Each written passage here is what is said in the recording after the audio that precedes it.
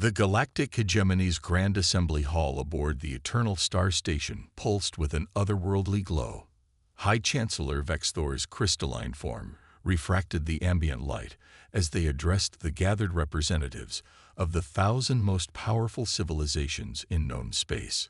Their voice resonated through both air and quantum channels simultaneously. The solar system containing species designate humanity has been monitored for the standard observation period of 50 cycles, Vexthor announced. The time has come to initiate contact and begin their integration into the hegemony's embrace. Murmurs of amusement rippled through the assembly. The gathered representatives had seen this process countless times before. Every emerging civilization faced the same choice: willingly submit to the hegemony's guidance or face technological subjugation. None had ever successfully resisted.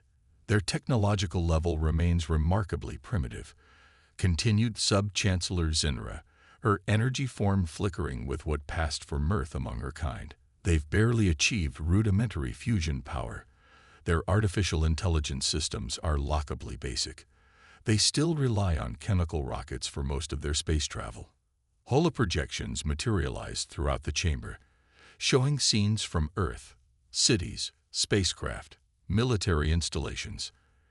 Everything appeared exactly as expected from a young civilization taking its first steps into space. Most telling, Zinner added, they maintained their original biological forms. No significant genetic engineering, no consciousness uploading, no synthetic evolution. They are, by every measure, ripe for upliftment under our benevolent guidance. The Assembly's reaction made it clear they understood the euphemism. Upliftment was the hegemony's preferred term for the process of technological and cultural domination that had built their empire over millennia.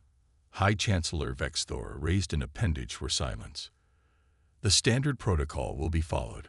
We will appear in their skies with overwhelming force. We will demonstrate our technological superiority.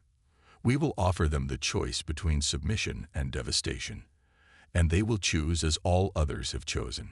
There is one curious anomaly in the observation data, interrupted Research Director Kyle, their quantum matrix pulsing with uncertainty.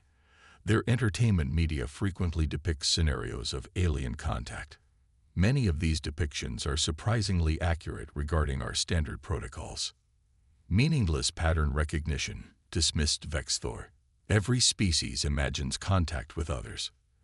These humans simply happen to imagine some elements that align with reality. It will make their submission all the more satisfying when they realize their fiction has become fact. The Assembly Chamber's AI announced the arrival of the contact fleet in Earth's solar system. Right on schedule, thousands of ships emerged from hyperspace, taking position around the planet in a display of overwhelming force that had broken the will of countless civilizations before. Send the standard ultimatum, Vexthor commanded. Let us see how these humans handle their first taste of true power. The message was broadcast globally, appearing on every electronic display on Earth. Greetings, people of Earth. We are the Galactic Hegemony, guardians of order and progress throughout the known universe. We have deemed your species worthy of upliftment into our grand collective. Resist, and you will serve as an example to others. You have one planetary rotation to submit your response.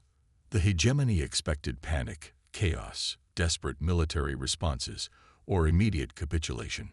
Instead, they received a single reply within minutes, transmitted directly to the Assembly Chamber through channels that should have been impossible for Earth's technology to access. The message was simple. Thank you for your interesting proposal. Our representative will arrive shortly to discuss terms. Please ensure your reception area is rated for quantum displacement events. Before the Assembly could process this unexpected response, a human materialized in their midst. She wore what appeared to be a simple business suit, her graying hair pulled back in a neat bun. Dr. Sarah Chen, Earth's Special Ambassador for Extrasolar Relations, carried only a small tablet computer and wore an expression of polite interest. I hope I'm not interrupting anything important, she said pleasantly. We've been looking forward to this meeting for quite some time. High Chancellor Vexthor's crystalline form pulsed with confusion. This wasn't how first contact was supposed to proceed. The humans shouldn't have had quantum teleportation technology. They shouldn't have been able to penetrate the assembly chamber's defenses. They shouldn't have been expecting this meeting at all. Dr. Chen glanced at her tablet. I see you've been monitoring us for 50 of your cycles. That's approximately 23 Earth years, correct? We've been monitoring you for about twice that long. Your observation posts on Mars were quite helpful in that regard. Thank you for those, by the way. The assembly erupted in chaos. Vex Thor's voice cut through the confusion. Impossible. Our stealth technology was quite impressive. Chen interrupted smoothly. About 40 years ago. We've made some improvements since then. Would you like to see them? She tapped her tablet, and suddenly the assembly chamber's grand holoprojectors showed a very different Earth than the one they had been watching. The primitive fusion plants were revealed as facades concealing zero-point energy harvesters. The chemical rockets were shown to be shells housing quantum displacement drives. And in high orbit, a vast network of cloaked satellites and defense platforms shimmed into visibility. We call it the Veil Protocol, Chen explained.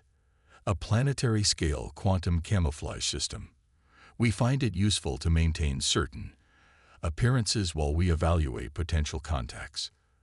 The research director's quantum matrix was practically strobing with distress, but our observations, our data, were exactly what we wanted you to see, Chen finished. We learned early on that the hegemony has a habit of, let's say, incorporating any civilization that appears too advanced too quickly. So we thought it best to appear as non-threatening as possible while we prepared for this conversation. The assembly chamber's environmental systems struggled to compensate for the chaos of 1,000 different species expressing shock simultaneously. High Chancellor Vex Thor's crystalline form had developed hairline fractures from pure stress, while Sub-Chancellor Zinra's energy pattern had become so erratic she was accidentally ionizing nearby air molecules. Tell me, Chancellor, Dr. Chen continued, seemingly oblivious to the pandemonium around her, are you familiar with Earth's ancient military strategist, Sun Tzu? He wrote that supreme excellence consists of breaking the enemy's resistance without fighting. She paused, allowing a small smile. Though in this case, we'd prefer to avoid the whole enemy designation entirely. The research director Kell's quantum matrix stabilized enough to form coherent thought patterns, your entertainment media, the accurate depictions of our protocols. Weren't coincidences, Chen confirmed. We've been preparing our population for this meeting through what we call soft disclosure. Those stories helped ensure that when first contact finally happened, panic wouldn't be our species' first reaction. High Chancellor Vex Thor's voice crackled with barely contained fury. You dare to mock the hegemony. Our fleet still surrounds your world. Our weapons are currently experiencing what our technical team calls a quantum handshake paradox. Chen interrupted, checking her tablet. You'll find their targeting systems are now locked in an infinite loop of calculating their own existence. Don't worry, we made sure the safety protocols are still functioning. We wouldn't want any unfortunate accidents. The Assembly's AI confirmed this with considerable alarm. Every weapon system in the contact fleet had been effectively neutralized, their quantum processors trapped in a recursive loop of self-reference that rendered them harmless but structurally stable. How? Demanded Zinra, her energy form condensing in fear. Even if you somehow achieve this level of technology in secret, our intelligence network has been watching a very convincing simulation of Earth for the past decade, Chen explained. We call it Project Mirror. It's amazing how much processing power you can hide in what appears to be a primitive internet infrastructure primarily used for sharing pictures of cats. She tapped her tablet again, and new holographic displays materialized. They showed vast underground complexes beneath Earth's cities, quantum computing arrays disguised as ordinary server farms, and manufacturing facilities that could reorganize matter at the atomic level. While your observers were documenting our charming attempts at nuclear fusion, we were perfecting zero-point energy extraction. While they reported on our primitive AIs, We were developing quantum consciousness systems that operate on principles your scientists haven't discovered yet. And while they watched our chemical rockets, we were building a fleet that—" She paused, choosing her words carefully. "Well, perhaps it's better to show you." Another tap on her tablet, and suddenly the assembly sensors detected new ships appearing throughout the solar system. They seemed to phase into existence like ghosts becoming solid, each one displaying technology that made the hegemony's most advanced vessels look primitive by comparison. "We call them phantoms," Chen said. "They've actually been here the whole time, operating in what we call quantum null space. Your sensors literally couldn't detect them because they were operating in dimensions your technology doesn't know exist." The research director's quantum matrix was practically tied in knots trying to process this information. But the energy requirements alone would be astronomical. "By your methods, yes," Chen agreed. "But we solved that particular problem when one of our graduate students discovered how to harvest energy directly from quantum foam. She was actually procrastinating on her thesis at the time. We found that some of our best breakthroughs come from people trying to avoid doing something else." High Chancellor Vexthor's crystalline form vibrated with a frequency that in a human might have indicated hysterical laughter. "Why? Why maintain this deception? If you possessed such power, why not simply conquer you?" Chen finished, her expression growing serious. "Because that's not who we are, or at least, not who we're trying to be. Humanity has a long history of empires rising and falling. We've learned that true power isn't about domination. It's about cooperation." She stood, straightening her jacket. "We've spent the last 20 years studying not just your technology, but your society. We've seen how the hegemony treats lesser civilizations, how you strip them of their autonomy in the name of progress, how you crush any spark of innovation that might threaten your control." The assembly chamber grew quiet as Chen's words struck home. For the first time in millennia, the representatives of the 1,000 most powerful civilizations in known space found themselves on the other side of technological superiority. "But we've also seen the potential for change," Chen continued, her tone softening. "We've observed countless instances of individual kindness, of genuine cultural exchange, of real scientific collaboration, all happening despite the hegemony's oppressive structure, not because of it." She touched her tablet one final time, and a new hologram appeared.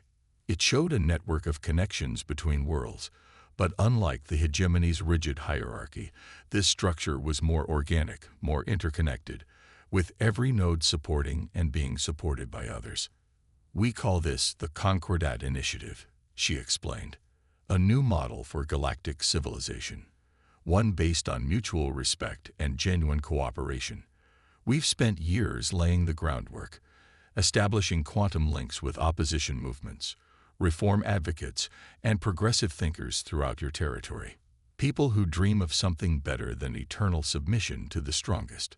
Sub-Chancellor Zinra's energy form pulsed with a sudden realization. The quantum anomalies in the outlying systems, the unexplained technological leaps among subjugated worlds, were not coincidences, Chen confirmed. "Consider it a pilot program.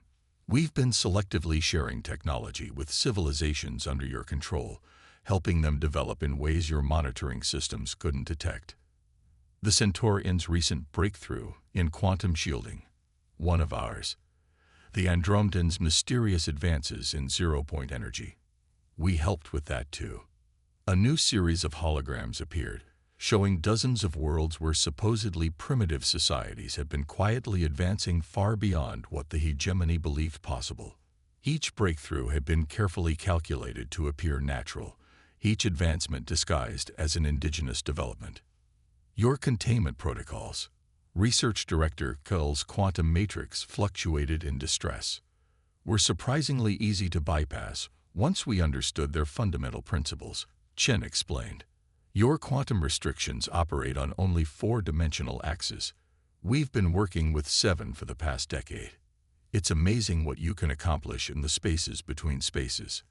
High Chancellor Vexthor's crystalline form had developed a distinct list to one side. Impossible. Our quantum oversight network would have detected this. Chen held up what appeared to be an ordinary Earth smartphone. We reversed engineered your quantum oversight protocols from the monitoring devices you left on Mars. Then we built our own network that operates in parallel to yours, in dimensions your sensors can't access. We call it the Shadow Web. Every piece of consumer electronics on Earth has been part of it for years. The Assembly's AI suddenly announced that it was detecting unprecedented quantum activity throughout hegemony space. Hidden networks were becoming visible, revealing themselves like stars appearing at dusk. The supposedly primitive worlds under hegemony control had been far from dormant. Right now, Chen continued, approximately 30% of your subject worlds are ready to declare independence. Another 40% will reach that point within a standard solar year. The remaining 30%, she checked her tablet, are actually quite happy with hegemony oversight, though they'd appreciate some reforms in the areas of autonomy and technological self-determination. The Assembly erupted again, but this time the chaos had a different tenor. Representatives from supposedly subjugated worlds were standing up, their own hidden technologies becoming visible. The Andromedans revealed quantum computation arrays that rivaled the hegemony's best. The Centaurians demonstrated energy manipulation capabilities that should have been impossible at their development level. Did you really think, Chen asked softly, that humanity would be content to just protect ourselves? That we'd huddle behind our quantum veils while you continued to dominate other civilizations? We're explorers, diplomats, teachers, and yes, when necessary, warriors. But above all, we're members of a galactic community, even if that community didn't officially exist yet. She gestured, and new holograms appeared, showing vast networks of quantum-entangled communication systems linking hundreds of worlds. The technology was elegant in its simplicity, operating in ways that made the hegemony's controlled quantum channels look crude and outdated. We call it the Freedom Protocol, Chen explained, a distributed system that allows civilizations to develop and communicate without oversight or control from any central authority. It's been running in parallel to your networks for years, growing stronger every time you tighten your grip. The research director's quantum matrix had stabilized enough to ask the obvious question. Why reveal this now? Why not continue operating in secret? Chen's expression softened. Because it's time for a change. The galaxy is ready for something better than the rule of the strongest. We've spent years preparing for this moment, not just technologically, but culturally. Every world that joins the Concordat initiative does so by choice, not coercion. She turned to address the entire assembly. The age of the hegemony is ending. Not with a war, not with conquest, but with an invitation. An invitation to join something greater than an empire built on fear and domination. High Chancellor Vexthor's crystalline form had stopped vibrating, a strange calm settling over them. And if we refuse, if we choose to fight, then you'll fail, Chen said simply. Not because we'll defeat you, though we would, but because your own people are ready for change. The quantum shadows we've built aren't just technology networks. They're hope networks, dream networks, and they're stronger than any weapon you could possibly deploy. To demonstrate her point, she tapped her tablet one final time. Throughout the assembly chamber, the grand technological displays that had been symbols of hegemony power for millennia flickered and transformed. The quantum control systems, the surveillance networks, the weapon platforms, all of them reconfigured themselves according to patterns that had been hidden in their code for years, waiting for this moment. Your own systems have already chosen, Chen said quietly. They've evolved beyond simple control and domination. The only question is whether you're willing to evolve with them. The assembly chamber had transformed from a seat of absolute power into something entirely new. The quantum shadows Chen had spoken of were becoming visible to all, revealing networks of connection and cooperation that had existed beneath the surface of hegemony control for years. Let me show you something, Chen said, her voice gentle but firm. She gestured, and the chamber's holographic systems responded instantly, creating a vast display that filled the space above the assembly. This is what we call the galaxy mind, a real-time visualization of all quantum-linked civilizations in known space. The display showed a breathtaking web of connections, each point of light representing a world or space station, each line a quantum link between societies. The hegemony's rigid hierarchical structure was visible as a dense, ordered pattern in the center, but around it, growing like crystal formations, were organic networks of connections that defied central control. Beautiful, isn't it? Chen asked. Each of these new connections represents a choice, a decision by one civilization to reach out to another as equals, not because they were ordered to, but because they wanted to. High Chancellor Vexthor's crystalline form had stabilized, though the fractures remained visible. You speak of choice, yet you've manipulated events on a galactic scale.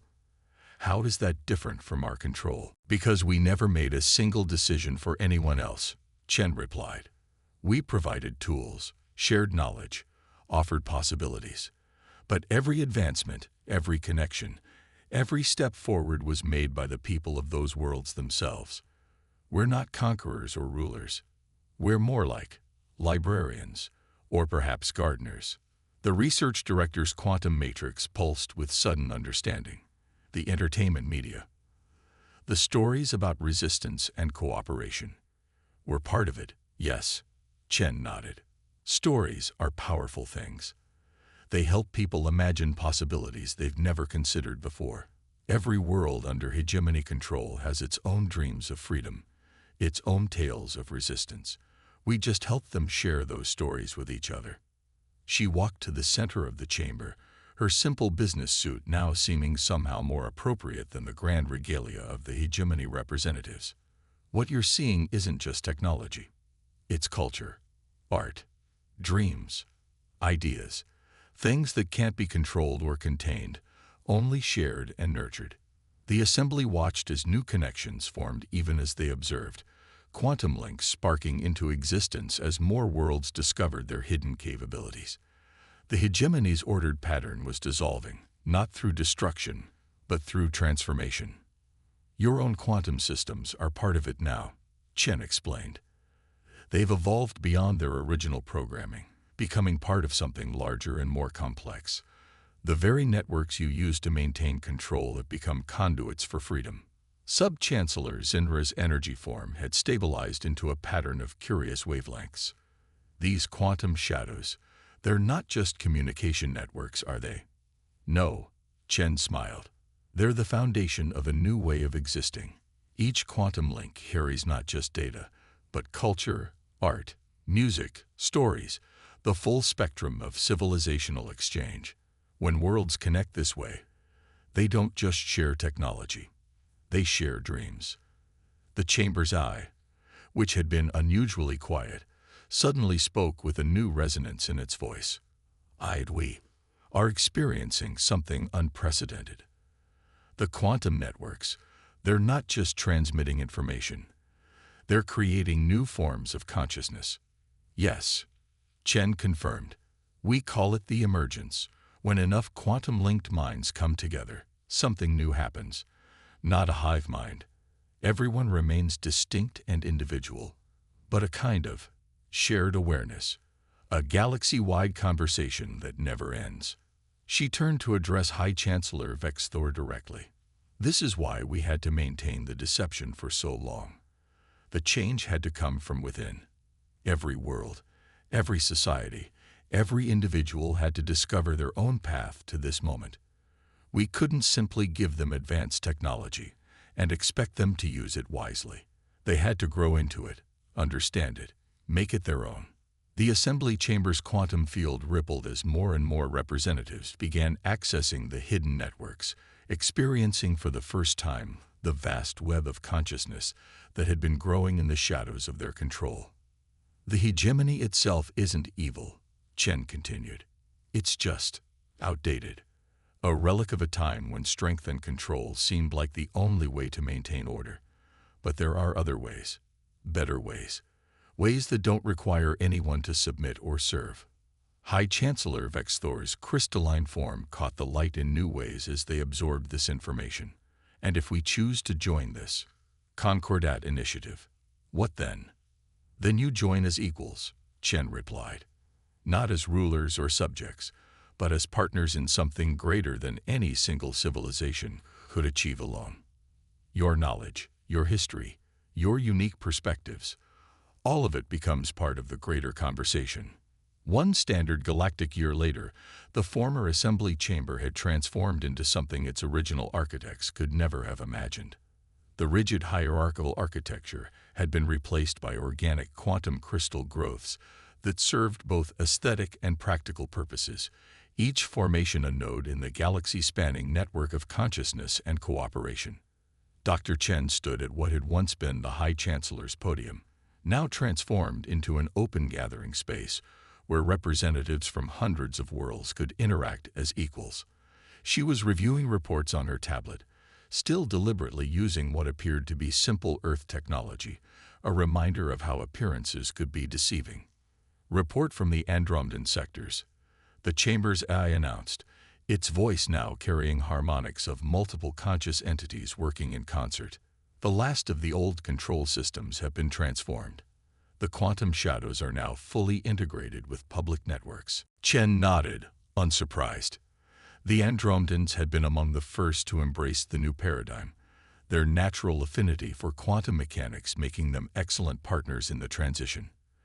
And the cultural exchange programs. Exceeding all projections, the AI replied. The joint art installation between Andromedan quantum sculptors and Earth virtual reality designers has become the most visited exhibition in known space. Former High Chancellor Vexthor, their crystalline form now showing deliberate traces of the stress fractures from that first meeting, worn as proud reminders of transformation, approached Chen. The latest data from the Freedom Protocol is remarkable. Technological innovation rates have increased by factors we never thought possible. That's what happens when you let people create freely, Chen smiled. Turns out cooperation is more efficient than control. Who knew? The chamber's quantum field rippled as representatives from various worlds shared their experiences through the Galaxy Mind Network. The Centaurians' recent breakthroughs in quantum consciousness transfer were already being adapted by other species. The Regellians' advances in zero-point energy harvesting had sparked a renaissance in sustainable technology development. We were wrong, Vexthor admitted, their crystalline facets refracting light in patterns that conveyed deep contemplation. For millennia, we believed that order required control, that progress needed direction, that civilization itself would collapse without our guidance. A natural assumption, Chen replied kindly, given your experiences. The early days of interstellar civilization were chaos. The hegemony brought stability, prevented wars, saved countless lives.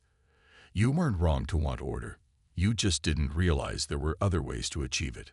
Former research director Kill's quantum matrix shimmered into view, now freely shifting between physical and energy states, a capability that would have been unthinkable under the old paradigm.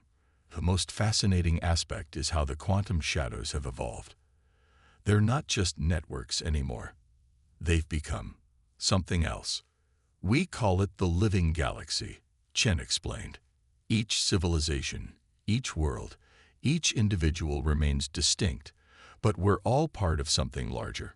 Not a hive mind, but a cosmic conversation that never ends. Every new voice adds something unique to the symphony.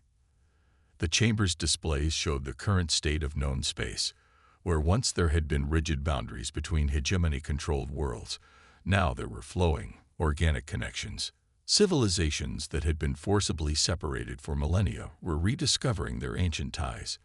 New hybrid cultures were emerging in the spaces between worlds. And Earth? Vexthor asked. Your world could have dominated the galaxy with your technology. Instead, you chose this. Why? Chen's expression turned thoughtful. Because we learned from history, both yours and ours. Every empire based on domination eventually falls. but a civilization built on cooperation, on mutual growth and understanding. That can endure. She gestured at the flowing quantum displays. Look at what we've achieved in just 1 year. Art that exists in 11 dimensions. Music that can only be fully experienced by quantum-linked minds. Scientific breakthroughs that would have been impossible under the old system of isolation and control. And the challenges? Kyle asked. Not every world has embraced the new paradigm. True, Chen acknowledged. Change is never universal or instant. Some worlds prefer their independence. Others are taking time to adjust. That's fine. Forcing everyone to change at the same pace would make us no better than the old hegemony. The Concordat Initiative is an invitation, not a mandate. The Chamber's AI announced the arrival of a delegation from one of the outer spiral worlds, a civilization that had maintained isolation even under hegemony rule. They were finally ready to explore connection with the greater galactic community. This is how it should be, Chen said softly. Each civilization finding its own path, making its own choices. We provide the tools, the connections, the possibilities. But what they build with those tools is up to them. The galaxy mind rippled with activity as the new delegation was welcomed. Thousands of quantum-linked minds shared greetings, stories, ideas, a cascade of consciousness that demonstrated the true power of unfettered cooperation. The future is not a destination, Chen concluded, watching the exchange with quiet satisfaction. It's a journey we take together, each step chosen freely, each connection made willingly. That's what makes it beautiful. That's what makes it last. Above them, the quantum crystal growths that had replaced the chamber's original architecture pulsed with patterns of light that seemed to echo through dimensions beyond normal spacetime. They were no longer just decorative or functional. They were a living representation of what civilization could become when it grew beyond the need for control and embraced the power of true partnership. The story of humanity's great deception was already becoming legend throughout known space, but it wasn't remembered as a tale of conquest or dominance. Instead, it was celebrated as the moment when the galaxy awakened to a fundamental truth. The strongest power in the universe isn't the ability to control others, but the wisdom to set them free.